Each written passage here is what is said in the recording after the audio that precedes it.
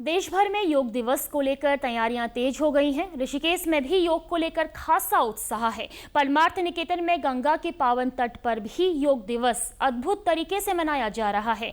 30 देशों के एम्बेसडर और हाई कमिश्नर के साथ ही कई देशों से योग के जिज्ञासु ऋषिकेश में योग करने के लिए पहुंच रहे हैं। इस बार वैश्विक योग उत्सव की 11वीं वर्षगांठ पर थीम एक पृथ्वी एक स्वास्थ्य के लिए योग रखी गई है। इस मौके पर परमार्थ निकेतन आश्रम के अध्यक्ष और आध्यात्मिक प्रमुख चिदानंद मुनि ने कहा कि सभी योग भी करें और साथ ही एक पेड़ भी जरूर लगाएं, ताकि पेड़ बचेंगे तभी प्राण बचेंगे।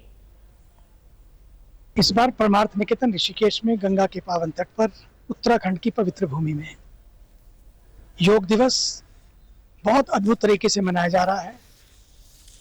लगभग 30 देशों के एम्बेसडर्स और हाई कमिश्नर्स आ रहे हैं। योग करने के लिए जगह जगह से पूरे विश्व से जिज्ञासु आ रहे हैं, योगा सीकर्स आ रहे हैं।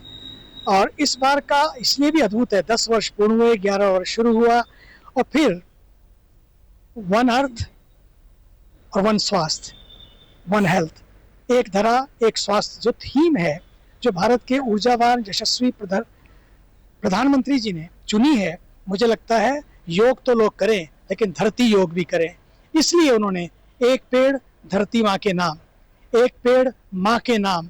मुझे तो लगता है समय आ गया है, पेड़ों को लगाएंगे तो प्राणों को बचाएंगे। वहीं परमार्थ निकेतन आश्रम के अध्यक्ष और आध्यात्मिक प्रमुख चिदानंद मुनि ने प्रधानमंत्री नरेंद्र मोदी की सराहना करते हुए कहा कि आज उन्हीं के प्रयासों से हम वैश्विक स्तर पर योग कर रहे हैं। उन्होंने सभी से योग करने व एक पेड़ लगाने की अपील की है।